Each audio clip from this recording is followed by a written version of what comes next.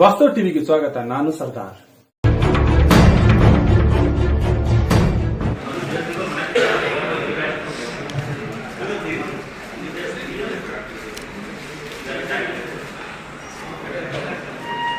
ಇವತ್ತಿನ ಪತ್ರಿಕಾಗೋಷ್ಠಿಯಲ್ಲಿ ಭಾಗಿಯಾಗಿರ್ತಕ್ಕಂಥ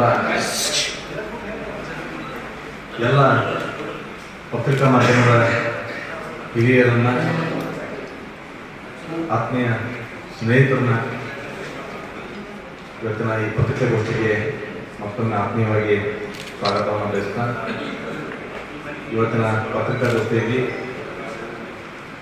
ನನ್ನ ಜೊತೆ ಒಡನಾಡಿಯಾಗಿ ಕೆಲಸ ಮಾಡತಕ್ಕಂಥ ಜಿಲ್ಲೆಯ ಪ್ರಧಾನ ಕಾರ್ಯದರ್ಶಿಗಳಾಗಿರ್ತಕ್ಕಂಥ ಶಿವದುರ್ಗ ಬಾಗಲಕೋಟೆ ಅವರು, ಬಸವರಾಜ ಬಿರಾದಾರ್ ಅವರು, ಮಲ್ಲಿಕಾರ್ಜುನ ಜೋಗರ್ ಅವರು, ಮಾಧ್ಯಮದ ಪ್ರಮುಖರಾಗಿರ್ತಕ್ಕಂಥ ವಿಜಯ್ ಜೋಶಿ ಅವರಿಗೂ ಕೂಡ ನಾನು ಸ್ವಾಗತವನ್ನು ಬಯಸ್ತೇನೆ.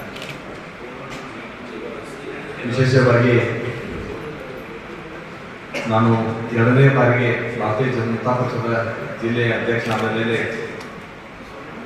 ಮೊದಲ ಪತ್ರಿಕಾಗೋಷ್ಠಿಯನ್ನು ಇವತ್ತು ನಾನು ಮಾಡ್ತಾ ಇದ್ದೀನಿ. ಕಾರಣ ಇದೊಂದು ಪತ್ರಿಕಾಗೋಷ್ಠಿ ಅನ್ನೋದಕ್ಕೆ ಇದೊಂದು ಸಂತೋಷದ ಕೂಟ ಅಂತ ನಾವು ತಮ್ಮ ಎಲ್ಲರ ಜೊತೆ ಕೂಡಬೇಕಂತ ನಾನು ಅಭಿಲಾಷೆ ಇತ್ತು. ಈ ಕಾರಣದಿಂದ ನಾನು ಎಲ್ಲರ ಜೊತೆ ಕೂಡಬೇಕು ಅಂತ ನಿಶ್ಚಯ ಮಾಡ್ಕೊಂಡು ಕೂಡಿದ್ದೀನಿ. ವಿಶೇಷವಾಗಿ ಕಳೆದ ಅನೇಕ ವರ್ಷಗಳಿಂದ ಭಾರತೀಯ ಜನತಾ ಪಕ್ಷದ ಸಕ್ರಿಯ ಕಾರ್ಯಕರ್ತನಾಗಿ ಜಿಲ್ಲೆಯೊಳಗೆ ಕೆಲಸ ಮಾಡ್ಕೊಂಡು ಬಂದಿದ್ದೀನಿ. ಹಿಂದೆ ಮುದ್ದೇವನ ಮಂಡಲದ ಅಧ್ಯಕ್ಷನಾಗಿ, ಎರಡವರಿಗೆ ಜಿಲ್ಲೆಯ ಪ್ರಧಾನ ಕಾರ್ಯದರ್ಶಿಯಾಗಿ, ಈ ಹಿಂದೆ ಜಿಲ್ಲೆಯ ಅಧ್ಯಕ್ಷನಾಗಿ ಕೆಲಸ ಮಾಡಿ ಇವತ್ತು ಮತ್ತೊಮ್ಮೆ ನಮ್ಮ ಪಕ್ಷದ ರಾಜ್ಯದ ಅಧ್ಯಕ್ಷ ಆಗಿರ್ತಕ್ಕಂಥ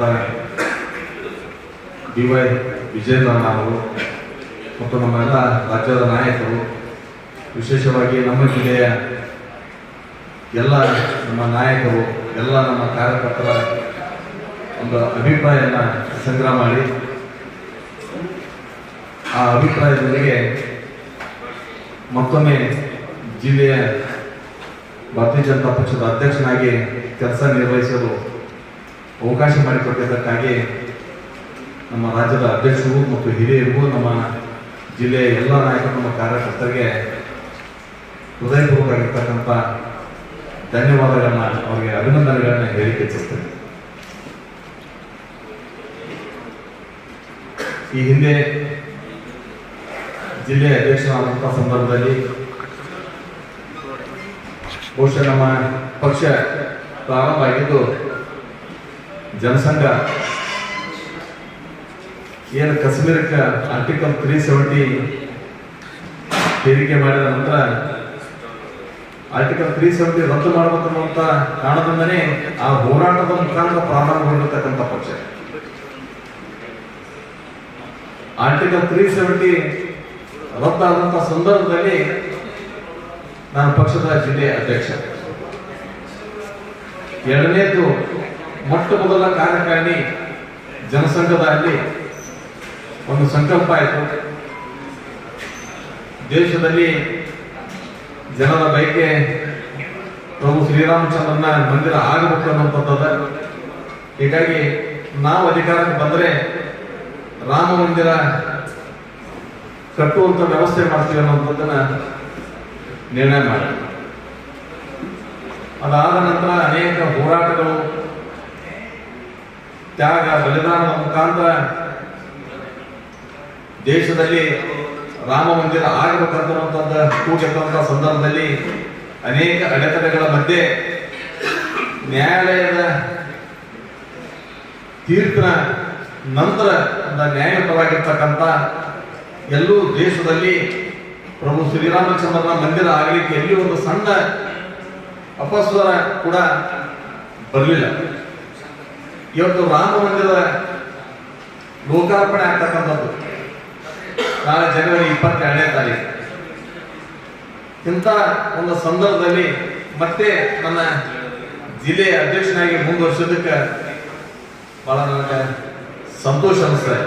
ಪ್ರಮುಖವಾಗಿ 2 ಅಜೆಂಡಾ ಅವು ಸಾಕಾರ ಆಗ್ತಕ್ಕಂಥ ಸಂದರ್ಭದಲ್ಲಿ 2 ಸಂದರ್ಭದಲ್ಲಿ ನಾನು ಪಕ್ಷದ ಜಿಲ್ಲೆಯ ಅಧ್ಯಕ್ಷ. ಹೀಗಾಗಿ ನಮ್ಮ ರಾಜ್ಯದ ಅಧ್ಯಕ್ಷರು, ಹಿರಿಯರು ಎಲ್ಲರೂ, ನಮ್ಮ ವಿಶೇಷವಾಗಿ ನಮ್ಮ ಜಿಲ್ಲೆಯ ಎಲ್ಲ ನಾಯಕರು, ನಮ್ಮೆಲ್ಲ ಕಾರ್ಯಕರ್ತರ ನನ್ನ ಮೇಲೆ ವಿಶ್ವಾಸ ಇಟ್ಟು ಈ ಒಂದು ಜವಾಬ್ದಾರಿಯನ್ನು ಕೊಟ್ಟಿದ್ದಾರೆ. ಇದನ್ನು ಜವಾಬ್ದಾರಿಗಿಂತ ಹೆಚ್ಚಾಗಿ ಇದೊಂದು ನನ್ನ ಕೆಲಸ ಅಂತ ಹೇಳಿ ನಾನು ಭಾವಿಸಿಕೊಂಡು ಜಿಲ್ಲೆಯೊಳಗೆ ಸಮನ್ವಯತೆಯನ್ನು ಸಾಧಿಸುವಂತಹ ಒಂದು ದೃಷ್ಟಿಕೋನದಿಂದ ಪಕ್ಷವನ್ನ ಇನ್ನೂ ಗಟ್ಟಿಯಾಗಿ ಬಲಶಾಲಿಯಾಗಿ 2024ರ ಚುನಾವಣೆ ಮತ್ತೊಮ್ಮೆ ನರೇಂದ್ರ ಮೋದಿ ಅವ್ರನ್ನ ಪ್ರಧಾನಮಂತ್ರಿ ಆಗ್ಬೇಕನ್ನುವಂತ ನಮ್ಮ ಕಾರ್ಯಕರ್ತರು ಮತ್ತು ಜನರ ಅಭಿಲಾಷೆಗಳಿಗೆ ನಮ್ಮ ಎಲ್ಲ ಕಾರ್ಯಕರ್ತರನ್ನ ಒಗ್ಗೂಡಿಸಿಕೊಂಡು, ನಮ್ಮ ಎಲ್ಲ ನಾಯಕರನ್ನ ವಿಶ್ವಾಸಕ್ಕೆ ತೆಗೆದುಕೊಂಡು, ಎಲ್ಲರ ಸಲಹೆ, ಎಲ್ಲರ ಮಾರ್ಗದರ್ಶನದೊಂದಿಗೆ ಪಕ್ಷವನ್ನ ಕೆಳ ಹಂತದಲ್ಲಿ ನಮ್ಮ ಬೂತ್ ಮಟ್ಟದಲ್ಲಿ ಯಶಸ್ವಿಯಾಗಿ ಕಟ್ಟಿ ಕಳೆದ 10 ವರ್ಷದಲ್ಲಿ ನರೇಂದ್ರ ಮೋದಿ ಅವರು ಪ್ರಧಾನಮಂತ್ರಿ ಆದ ಮೇಲೆ ಕೊಟ್ಟಿರತಕ್ಕಂಥ ಅಭಿವೃದ್ಧಿ ಯೋಜನೆಗಳನ್ನ ಮನೆ ಮನೆಗೆ ತಲುಪಿಸುವಂತದರ ಮುಖಾಂತರ 2024ರ ಈ ಚುನಾವಣೆ ಇಲ್ಲಿ ಮತ್ತೊಮ್ಮೆ ನರೇಂದ್ರ ಮೋದಿ ಅವ್ರನ್ನ ಪ್ರಧಾನಮಂತ್ರಿ ಮಾಡಬೇಕಂತ ಒಂದು ಸಂಕಲ್ಪಕ್ಕೆ ನಾವು ಅಣಿಯಾಗ್ತಕ್ಕಂಥದ್ದು. ಜೊತೆಗೆ ಇವತ್ತು ವಿಶೇಷವಾಗಿ ರಾಮ ಮಂದಿರದ ಲೋಕಾರ್ಪಣೆ ಆಗ್ತಕ್ಕಂಥ ಸಂದರ್ಭದಲ್ಲಿ ಈಗಾಗಲೇ ನಮ್ಮ ಪ್ರಧಾನಮಂತ್ರಿಗಳು ಕೂಡ ಒಂದು ಕರೆಯನ್ನು ಕೊಟ್ಟಿದ್ದಾರೆ. ಇಡೀ ದೇಶದಲ್ಲಿ ಒಂದು ಹಬ್ಬದ ವಾತಾವರಣ. ರಾಮ ಮಂದಿರ ಲೋಕಾರ್ಪಣೆ ಆಗ್ತಕ್ಕಂಥದ್ದು ಪ್ರತಿ ಮನೆಗೆ, ಪ್ರತಿ ಗ್ರಾಮಕ್ಕೆ ಇದೊಂದು ಹಬ್ಬ. ಇಂಥ ಸಂದರ್ಭದಲ್ಲಿ ಸಂಕ್ರಮಣದಿಂದ 22ನೇ ತಾರೀಕಿನವರೆಗೆ ನಮ್ಮ ಊರೊಳಗಿರ್ತಕ್ಕಂಥ, ನಮ್ಮ ಓಣಿಯಲ್ಲಿರ್ತಕ್ಕಂಥ ಎಲ್ಲ ದೇವಸ್ಥಾನಗಳನ್ನ ಸ್ವಚ್ಛಗೊಳಿಸಿ ಈ ಒಂದು ಕೆಲಸದಲ್ಲಿ ನಮ್ಮ ಎಲ್ಲ ಕಾರ್ಯಕರ್ತರು ತೊಡಗಬೇಕು ಅನ್ನುವಂಥದ್ದನ್ನ ತಮ್ಮ ಮೂಲಕ ಕೂಡ ನಾನು ನಮ್ಮ ಕಾರ್ಯಕರ್ತರಿಗೆ ಹೇಳಿಕೊಳ್ತೇನೆ. ಜೊತೆಗೆ 22ನೇ ತಾರೀಕು ಲೋಕಾರ್ಪಣೆ ಆಗ್ತಕ್ಕಂಥ ಸಂದರ್ಭದಲ್ಲಿ ಪ್ರತಿಯೊಬ್ಬರು ತಮ್ಮ ಮನೆಯಲ್ಲಿ 5 ದೀಪಗಳನ್ನು ಹಚ್ಚೋದ್ರ ಮುಖಾಂತರ, ಜ್ಯೋತಿಯನ್ನು ಬೆಳೆಸೋದ್ರ ಮುಖಾಂತರ ಇಡೀ ದೇಶದ ಒಂದು ಈ ರಾಮ ಮಂದಿರದ ಏನು ಆದರ್ಶ ಪುರುಷ ಶ್ರೀರಾಮಚಂದ್ರ,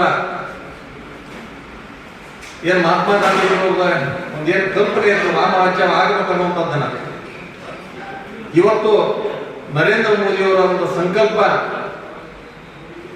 ಸರ್ವೇ ಜನ ಸುಖಿನೋ ಭವಂತು ಅಂತ ಹೇಳ್ತೀವಿ. ಸರ್ವಸ್ಪರ್ಶಿ, ಸರ್ವ ವ್ಯಾಪಿಯಾಗಿ ಎಲ್ಲ ಸಮುದಾಯ, ಎಲ್ಲ ಸಮಾಜವನ್ನು ಒಳಗೊಂಡು ಜೊತೆಗೆ ಕರೆದುಕೊಂಡು ದೇಶವನ್ನ ಅಭಿವೃದ್ಧಿ ಪಥದತ್ರ ಒಯ್ದು ಇಡೀ ಜಗತ್ತಿನಲ್ಲಿ ಭಾರತದ ಕೀರ್ತಿಯನ್ನ. ಬಣ್ಣ ಅನ್ನೋದಕ್ಕೆ ನಾನು ಯಾವ ಬಣ್ಣನೂ ಇಲ್ಲ, ನಮ್ಮ ಒಂದೇ ಬಣ ಬಿಜೆಪಿ ಬಣ, ಕಮಲದ ಚಿತ್ರದ ಬಣ.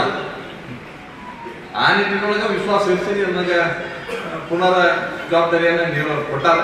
ಅದನ್ನ ಅತ್ಯಂತ ಪ್ರಾಮಾಣಿಕತೆಯಿಂದ, ಸಮನ್ವಯತೆಯಿಂದ ನಾನು ಪಕ್ಷವನ್ನು ಮುನ್ನಡೆಸಲು ಹೋಗ್ತೀನಿ ಅನ್ನೋ ಮಾತನ್ನು ತಮ್ಮ ಮೂಲಕ ಹೇಳ್ತೀನಿ.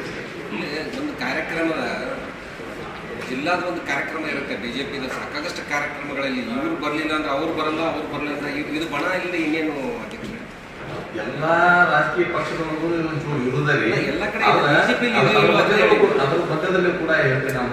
ಎಲ್ಲಾ ಕಡೆ ಇದೆ, ಬಿಜೆಪಿ ಇದೆ ಇಲ್ಲೋ ಏನು ಬಿಜೆಪಿ ಒಳಗ ಸಮನ್ವಯತೆ ಇರೋದು. ನೀವು ಮೊನ್ನೆ ತಾನೇ ನಮ್ಮ ಪಕ್ಷದ ಕಾರ್ಯಾಲಯದೊಳಗೆ ನೋಡಿದ್ರಿ, ಸಂಸದರು ನಮ್ಮ ಶಾಸಕರು ಇಬ್ರು ಇದ್ರು.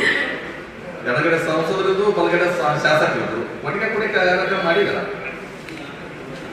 ಜೊತೆಗೆ ರಾಜ್ಯದಲ್ಲಿ ಬಿಜೆಪಿ ಡ್ಯಾಮೇಜ್ ಆಗ್ತಿರೋದು, ಹೆಚ್ಚು ಸವಾಲಾಗಿರೋ ಜಿಲ್ಲೆ ಅಂದ್ರೆ ಬಿಜಾಪುರ ಅನ್ನೋ ಒಂದು ಹೆಸರು ಈಗ ಆಲ್ರೆಡಿ ಬಂದ್ಬಿಟ್ಟಿದೆ.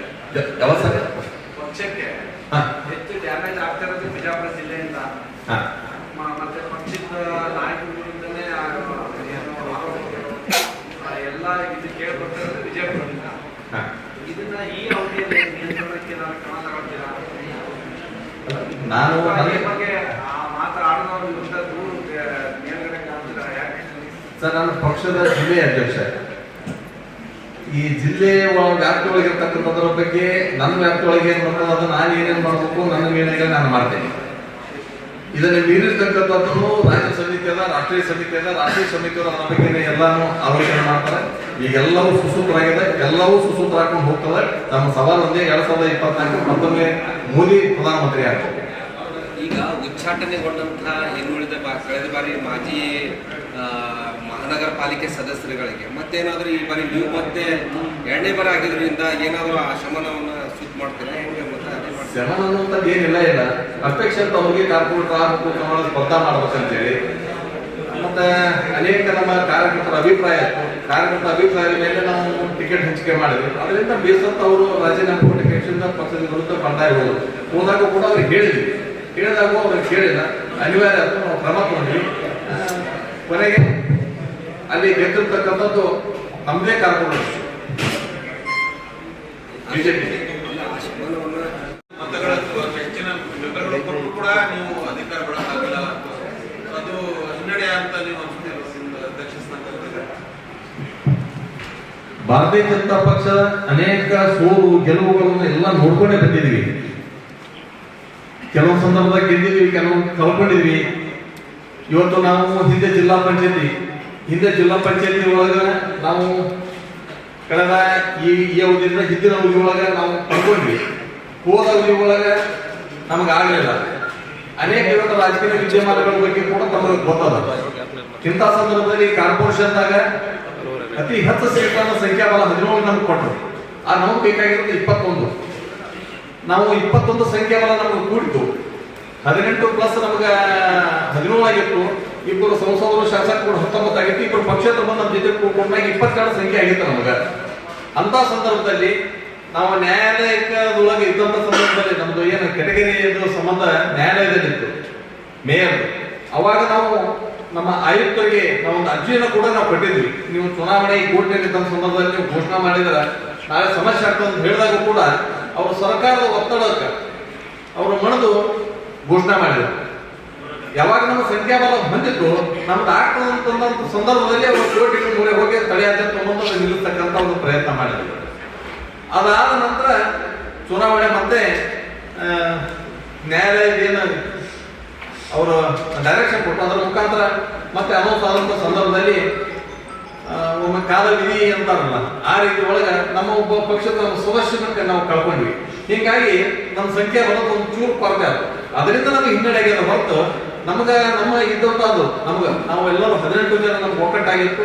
ಯಾರು ನಮ್ಗೆ ಬರ್ಬೇಕಂತ ನೋಡ್ತಾರ ಕೂಡ ನಮ್ಗೆ ಸಂಖ್ಯೆ ಬರೋ ಚೂರು ಕೊರತೆ ಹಾಕದಂತ ಸಂದರ್ಭದಲ್ಲಿ ಸ್ವಾಭಾವಿಕ ನಮ್ಗೆ ಗೊತ್ತಂದ್ರೆ ಇಂಥ ಸಂದರ್ಭದಲ್ಲಿ ಪಕ್ಷೇತರು ಕೂಡ ನಮ್ಮ ಬರ್ಲಿಕ್ಕೆ ಒಂಚೂರು ಹಿಂದೆ ಹಾಕಿದ್ರು. ಹೀಗಾಗಿ ಸಂಖ್ಯಾಬಲ ಕೊರತೆ ಆಯ್ತು. ಹಾಗಾಗಿ ಮತ್ತೆ ಇವತ್ತ ನಿನ್ನೆ ಆಗಿರ್ಬೋದು, ಮುಂದೆ 100 ಮತ್ತೆ ನಾವು ಭಾರತೀಯ ಜನತಾ ಪಕ್ಷದ ನಿಯಂತ್ರಣ ಮಾಡ್ಕೊತೇವೆ ಅಂತ ವಿಶ್ವಾಸ. ಸರ್, ಈಗ ಪಕ್ಷದಲ್ಲಿ ಹಿಂದೆ ನೀವು ಅಧ್ಯಕ್ಷರಾಗಿದ್ದಾಗಲೂ ಆಯ್ತು, ಇಲ್ಲೂ ಆಯ್ತು, 2 ಬಣಗಳಿದಾವೆ. ಒಂದು ಯಸ್ನಾಳ್ ಅವ್ರದ್ದು, ಇನ್ನೊಂದು ಉಳಿದ ಮುಖಂಡರು. ಇದ್ರ ನಡುವೆ ಸಮನ್ವಯತೆ ಸಾಧಿಸಲು ಈ ಹಿಂದಿನ ಅವಧಿಯಲ್ಲೂ ಆಗಿರ್ಲಿಲ್ಲ. ಈ ಅವಧಿಯಲ್ಲಿ ಏನಾದ್ರು ಆ ಪ್ರಯತ್ನ ಮಾಡ್ತೀರಾ? ಅವ್ರಿಗೆ ಮುಂದೆ ಇದರಲ್ಲಿ ತಂದು ಸಂಘಟನೆ ಮಾಡಿ ಪಕ್ಷವನ್ನು ಬಲಪಡಿಸ್ತಾರೆ? ಸರ್, ನಾನು 2ನೇ ಅವಧಿಗೆ ಜಿಲ್ಲಾ ಅಧ್ಯಕ್ಷ ಆಗಿ ಮುಂದುವರಿಲಿಕ್ಕೆ ಕಾರಣ ಬಣ ಅನ್ನುವಂಥದ್ದು ಯಾವುದು ಇಲ್ಲ ಅಂತ ಅನ್ನೋದು ಕಾರಣಕ್ಕೆ ನಾನು ಜಿಲ್ಲಾಧ್ಯಕ್ಷ ಮಾಡಿದ್ದೆ. ಇದ್ರೊಳಗನೆ ಒಂದು ನಮ್ಮದು ಏನದಂತ ಅನ್ನೋದ್ರ ಬಗ್ಗೆ ನಮ್ಮೆಲ್ಲ ಹಿರಿಯರು ಗೊತ್ತು ಮಾಡಿಕೊಟ್ಟಿದ್ದಾರೆ. ಪಕ್ಷದ ವಿಷಯಕ್ಕೆ ಬಂದಾಗ ಎಲ್ಲರೂ ಒಂದೇ ಅಭಿಪ್ರಾಯ ಕೇಂದ್ರಗಳು ಇರಬಹುದು ಬೇರೆ.